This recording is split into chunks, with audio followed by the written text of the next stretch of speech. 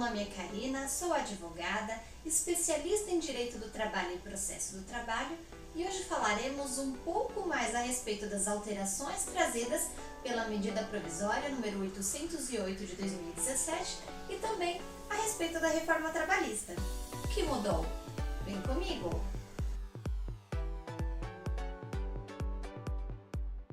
Hoje nós falaremos a respeito de salário, composição e remuneração. E aí vocês me perguntam, Karina, já não existe aqui no canal do Arruda Advocacia um vídeo a respeito deste assunto? Existe, porém a medida provisória 808 de 2017, aprovada então, editada pelo Michel Temer, nosso atual presidente, ela veio alterar questões trazidas então já pela reforma trabalhista. A medida provisória, ela foi editada e já passou a valer no dia 14 de novembro de 2017, apenas 3 dias após a entrada em vigor da reforma trabalhista, Lei 13.467 de 2017. Então, neste vídeo, nós vamos estudar exatamente como está sendo hoje, como está valendo hoje toda essa regulamentação a respeito de salário e de remuneração. Nesse vídeo, eu não vou fazer comparativos, por exemplo, a Lei 13.419 de 2017, que a Lei da Gorjeta previa isso. A reforma trabalhista veio alterar e depois a medida provisória mudou tudo de novo. Por quê? Senão vai ficar muito confuso.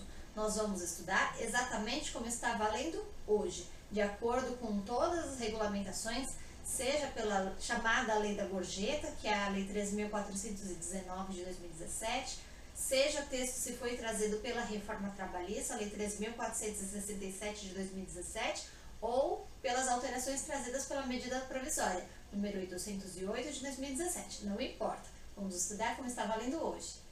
De cara, nós vamos então começar com o estudo do artigo 457 caput. Esse texto do caput, ele não sofreu alteração, seja pela reforma trabalhista ou pela medida provisória. O texto é um texto trazido por uma lei, a Lei 1999 de 1953. Então, desde essa época, nós temos o mesmo conceito. O caput do artigo 457, de forma singela, ele faz uma diferenciação do que é salário e do que é remuneração. Salário é a contraprestação paga pelo empregador ao seu empregado. Esse pagamento ele é realizado de uma forma habitual. Remuneração, de contrapartida, é a remuneração paga tanto pelo empregador quanto por uma terceira pessoa ao empregado. Então, não existe necessariamente o requisito da habitualidade. E a gente volta para a questão do salário. Se eu recebo uma contraprestação paga pelo meu empregador de forma habitual, obrigatoriamente será salário? Terá natureza salarial? Aí que tá. Tanto a reforma trabalhista quanto a medida provisória vieram regulamentar. Antes nós tínhamos sim essa interpretação de que tudo que era pago de forma habitual seria incorporada ao salário do empregado e teria reflexo, por exemplo, em férias, 13º, fundo de garantia e tudo mais, todas as parcelas ali que refletem descanso semanal remunerado, por exemplo. Agora o quadro mudou. Nós vamos fazer o estudo então dos próximos parágrafos que tiveram alteração pela medida provisória e também dos novos parágrafos inseridos à CLT, que são os parágrafos a partir do parágrafo 12, tá? Que eles regulamentam a questão da gorjeta, chamada Lei da Gorjeta, a Lei 13.419 de 2017.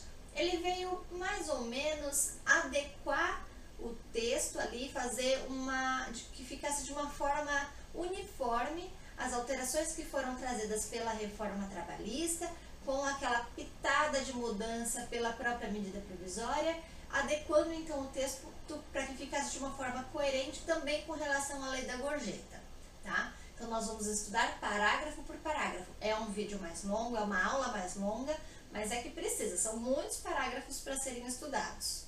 Nós vamos então começar o estudo já dizendo que teve alteração nos parágrafos 1º e 2º novamente do artigo 457. Os parágrafos 1º e 2º tiveram alterações trazidas pela reforma trabalhista e a medida provisória mudou novamente ali o texto.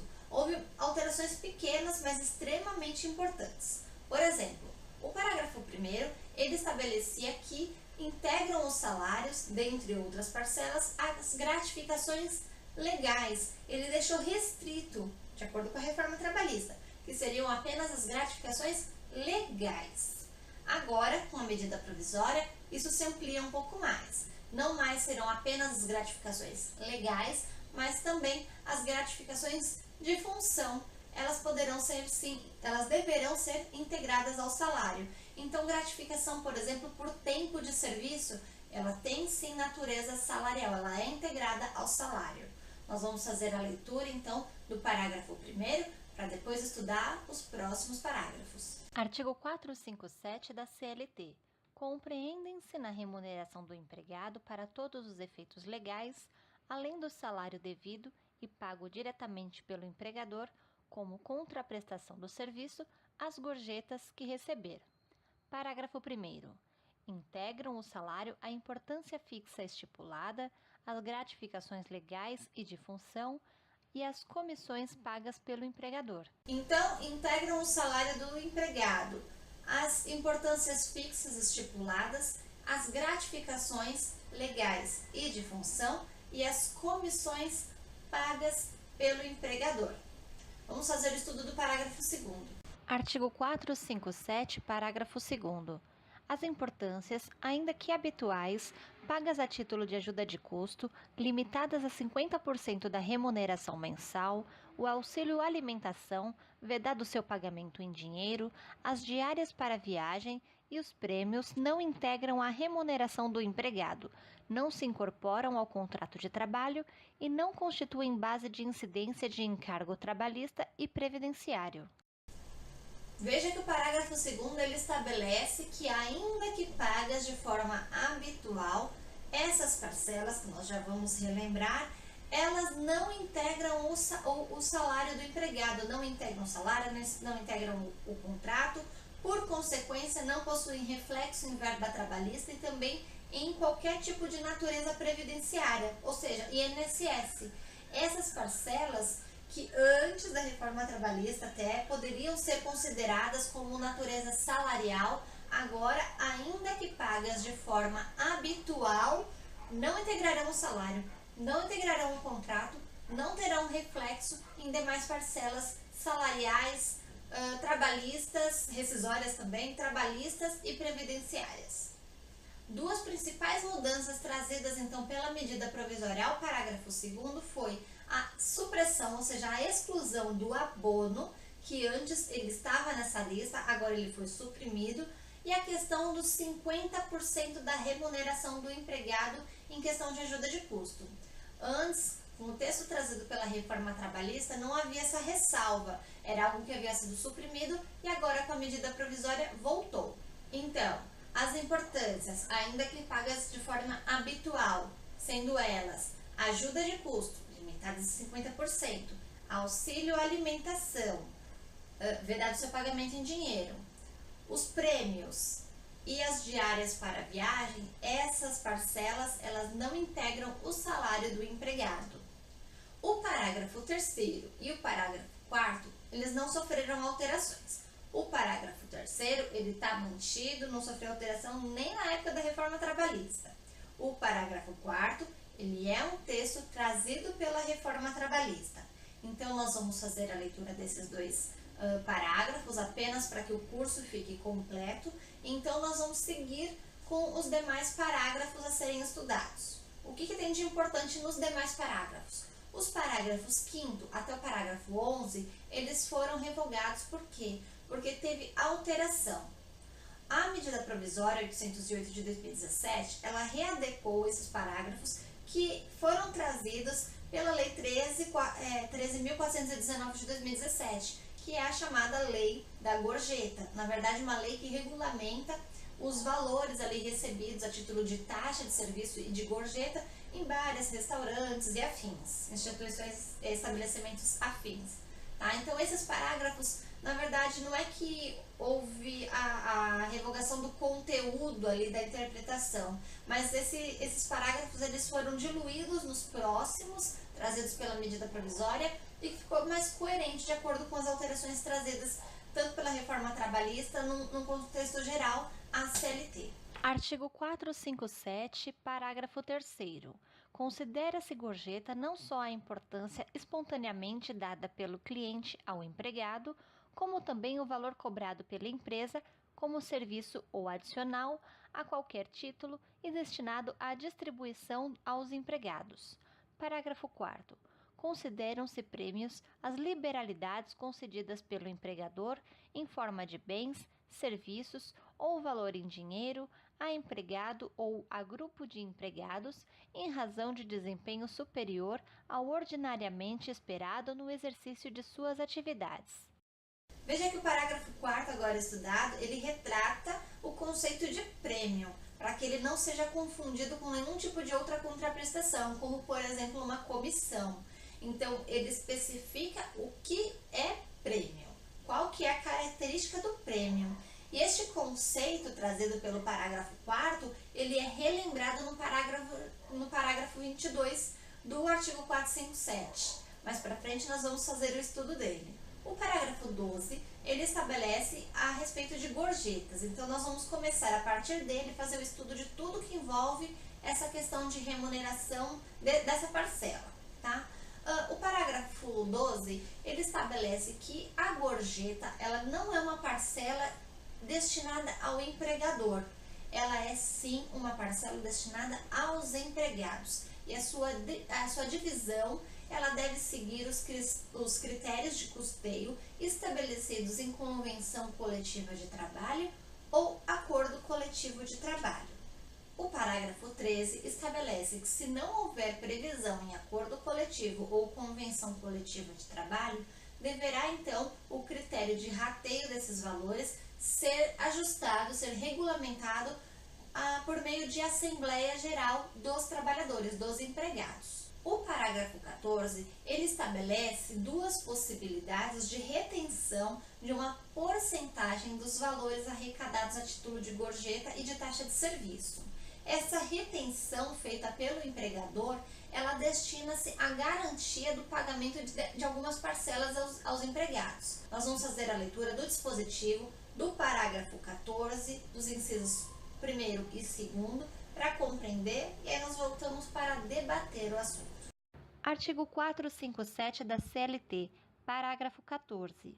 As empresas que cobrarem a gorjeta de que trata o parágrafo 3º deverão: inciso 1º, quando inscritas em regime de tributação federal diferenciado, lançá-la na respectiva nota de consumo, facultada a retenção de até 20% da arrecadação correspondente, mediante previsão em convenção coletiva ou acordo coletivo de trabalho, para custear os encargos sociais, previdenciários e trabalhistas derivados da sua integração à remuneração dos empregados, hipótese em que o valor remanescente deverá ser revertido integralmente em favor do trabalhador.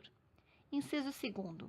Quando não inscritas em regime de tributação federal diferenciado, lançá-la na respectiva nota de consumo, facultada a retenção de até 33% da arrecadação correspondente, mediante previsão em convenção coletiva ou acordo coletivo de trabalho, para custear os encargos sociais, previdenciários e trabalhistas derivados da sua integração à remuneração dos empregados, hipótese em que o valor remanescente deverá ser revertido integralmente em favor do trabalhador. O inciso 1º estabelece que as empresas que forem inscritas no regime de tributação federal diferenciada, elas poderão fazer a retenção de 20% desses valores arrecadados a título de gorjeta e taxas de serviço.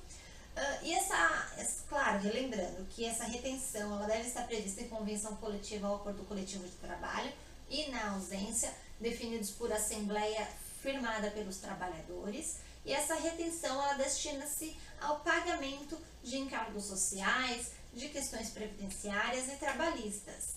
O que isso significa? É um valor extra que o empregador ele não tem controle, então é um valor extra que entra, que é variável. Então, é uma situação que pode ser dificultosa ali para o empregador para arcar com os reflexos que essas parcelas detêm. Então, tendo em vista a natureza dessas parcelas e para que o empregador ele consiga arcar com tais despesas dos reflexos, tá? É possível então essa retenção. Mas lembra, a retenção não fica para o empregador, auxilia a ele o pagamento de forma correta dessas prestações, com tudo que o trabalhador tem direito. Então essa retenção auxilia ele para que cumpra, para que quite as parcelas de gorjetas e também os reflexos dela aí devidos. Da mesma forma, o inciso 2º estabelece que as empresas que não forem inscritas nesse tipo de regime de tributação federal diferenciada, elas poderão fazer essa retenção, porém a porcentagem é um pouco maior, é de 33%, porque essas empresas elas não estão assistidas então por essa tributação diferenciada, para elas seria um prejuízo um pouco menor, essas que são inscritas. O prejuízo não é o termo certo, vamos corrigir, uma dificuldade, né? Uma facilitação aí que o governo estabelece. Então agora, para as empresas que não estão inscritas nesse regime de tributação federal diferenciada, podem fazer a retenção de 33%. Lembrando que essa retenção destina-se ao pagamento dos encargos, questões previdenciárias e trabalhistas. E com relação ao saldo remanescente, este é total dos trabalhadores. Artigo 457 da CLT, parágrafo 14, inciso 3º. Anotar na CTPS e no contra-cheque de seus empregados o salário contratual fixo e o percentual percebido a título de gorjeta. Veja que o inciso 3º, ele estabelece que o empregador ele deverá constar na carteira de trabalho do seu empregado não apenas o salário fixo, mas também a porcentagem referente às gorjetas que ele receber. É uma obrigação, tá? Se esse tipo de anotação não estiver feita na carteira de trabalho do empregado e a fiscalização do Ministério do Trabalho pegar, a multa é pesada. Nós vamos estudar também. E aí vocês me perguntam, mas e se a gorjeta não for paga no recibo, que seria a taxa de serviço? Se a gorjeta for paga diretamente pelo consumidor daquele estabelecimento ao empregado, a um garçom, enfim. Como que fica a divisão? O parágrafo 15 ele vem estabelecer a respeito disso. Vamos fazer a leitura do dispositivo. Artigo 457, parágrafo 15. A gorjeta, quando entregue pelo consumidor diretamente ao empregado, terá o seu critério definido em convenção coletiva ou acordo coletivo de trabalho, facultada a retenção nos parâmetros estabelecidos no parágrafo 14. Então, deverá haver o quê? Uma previsão em convenção coletiva ou acordo coletivo a respeito do que fazer com esses valores. Mas a retenção é uma possibilidade. Voltando ao inciso 3º, que nós acabamos de estudar, somado ao parágrafo 16. Olha só, o parágrafo 16 ele estabelece que na carteira de trabalho do empregado deverá constar, além do salário fixo, também o valor da média das gorjetas recebidas pelo empregado nos últimos 12 meses. E o inciso 3º estabelecia o percentual além do salário fixo. Então veja, a cada período de 12 meses, o empregador deverá fazer o registro na carteira de trabalho do seu empregado com relação aos valores por ele recebidos, apurando-se então uma média dos últimos 12 meses. Essa anotação na carteira de trabalho é obrigatória, não é facultada. E se uma empresa parar de cobrar gorjetas no seu estabelecimento, como fica a remuneração dos empregados? Se a cobrança ocorreu por mais de 12 meses, então o empregado fará jus à integração desses valores ao seu salário. Então esse valor não poderá ser suprimido. E qual será então esse valor que deverá ser integrado ali ao salário do trabalhador? A média dos últimos 12 meses de gorjetas pagas àquele empregado. Então o empregador deverá fazer o cálculo da média e essa média deverá continuar a ser paga ao seu empregado, ainda que suprimida a cobrança de gorjetas no seu estabelecimento. O parágrafo 18, próximo parágrafo a ser estudado, é um parágrafo muito importante. estabelece que em empresas com mais de 60 empregados, esses empregados deverão se organizar para a constituição de uma comissão que deverá ser feita através de uma assembleia, e essa comissão ela se destina à fiscalização e acompanhamento dessa rotina referente às gorjetas. Então eles deverão acompanhar e fiscalizar essas questões relativas à retenção, à redistribuição das gorjetas. Tudo isso deverá estar previsto em convenção coletiva ou acordo coletivo de trabalho. Para as empresas, será constituída uma comissão infrasindical, também para acompanhamento, para que haja o respaldo, o chamado contraditório, até mesmo nesse tipo de situação. Agora nós vamos fazer a leitura do parágrafo 19, que ele cita alguns parágrafos que nós já estudamos, então nós voltamos para nos aprofundar no entendimento e na interpretação do seu texto. Artigo 457 da CLT, parágrafo 19.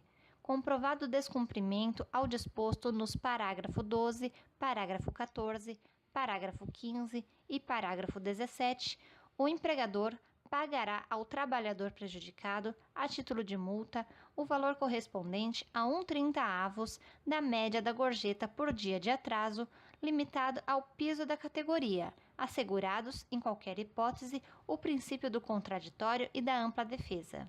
Então vamos lá. Se houver o descumprimento por parte do empregador de qualquer uma dessas situações, ou seja, da questão da distribuição das gorjetas, da questão da retenção de uma porcentagem desses valores, conforme uma empresa ser ou não inscrita na questão dos tributos federais diferenciados, na questão do cessamento do pagamento de gorjetas, ou no caso de uma gorjeta paga diretamente pelo consumidor.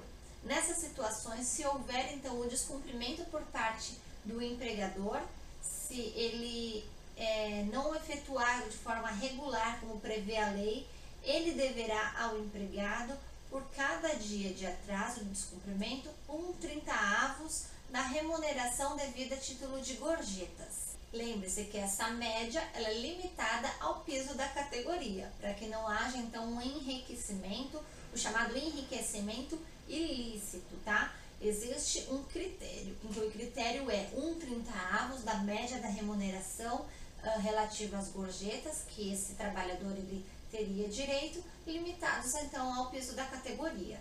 E em caso de reincidência, esse limite do piso da categoria poderá ser triplicado.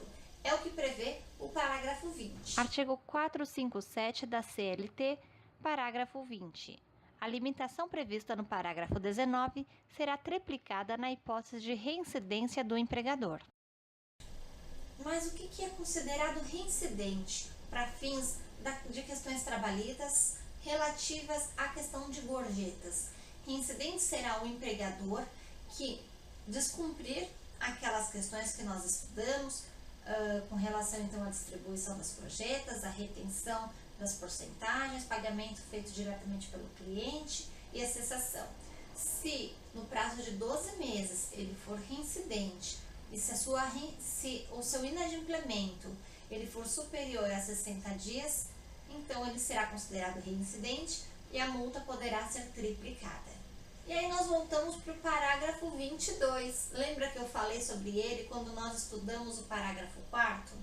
Então, nós vamos fazer a leitura do dispositivo para, somado ao parágrafo 4º, compreender o que é considerado prêmio. Artigo 457 da CLT, parágrafo 22. Consideram-se prêmios as liberalidades concedidas pelo empregador até 2 vezes ao ano, em forma de bens, serviços ou valor em dinheiro, a empregado, grupo de empregados ou terceiros vinculados à sua atividade econômica em razão do desempenho superior ao ordinariamente esperado no exercício de suas atividades. Então, o parágrafo 22 ele vem complementar o nosso parágrafo 4º já estudado. E ele estabelece então que os prêmios são considerados as liberalidades pagas pelo empregador ao empregado, a um grupo de empregados ou até mesmo a terceiros que fazem parte ali da rotina da empresa, da atividade econômica da empresa. Essas liberalidades, elas podem ser pagas em até 2 vezes por ano. De que forma? Em dinheiro, em serviço ou em bens. E elas são pagas devido a uma atividade superior, a um desempenho superior ao que ordinariamente é esperado. Então, somadas todas essas características, será considerado prêmio. E por fim, e último parágrafo, nós temos o parágrafo 23.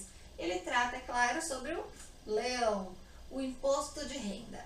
Será então tributado, será considerado, será descontado imposto de renda sobre tudo o que nós estudamos aqui neste vídeo, claro, isentas questões que são previstas em lei. No mais, o leão vai dar aquela abocanhada, porque nós já sabemos o que acontece. Então é isso, pessoal. Essas foram as alterações e novidades trazidas tanto pela medida provisória número 808 de 2017, como também pela reforma trabalhista, Lei 13.467 de 2017. A reforma trabalhista passou a valer em 11 de novembro de 2017 e a medida provisória foi editada em 14 de novembro de 2017. Tudo que estudamos hoje é o que está valendo. Se você gostou do nosso vídeo, se inscreve aqui no canal, curte e compartilha com seus conhecidos para que todos possamos sempre nos manter atualizados.